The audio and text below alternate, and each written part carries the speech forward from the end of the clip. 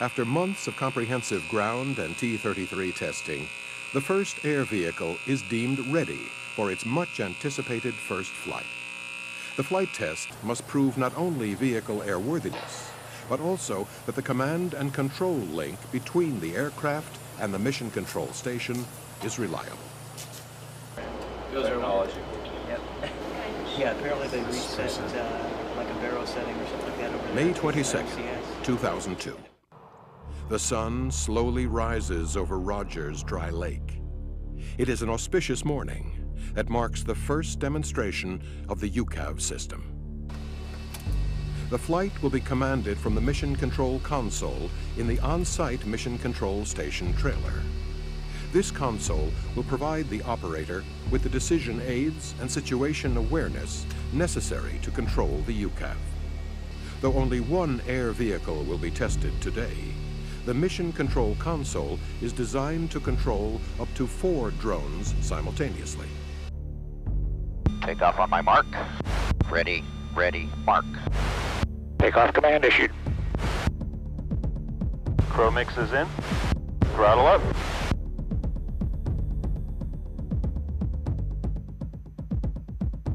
$50 knots.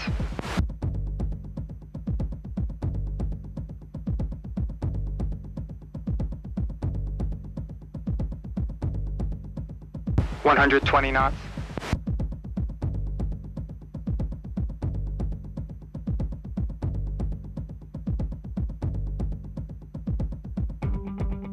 She's off. NASA 852, stand by right turn. I do.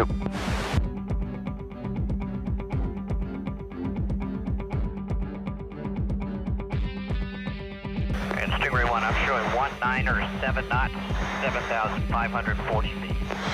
Stingray 1. Lineup is good, aim point is good.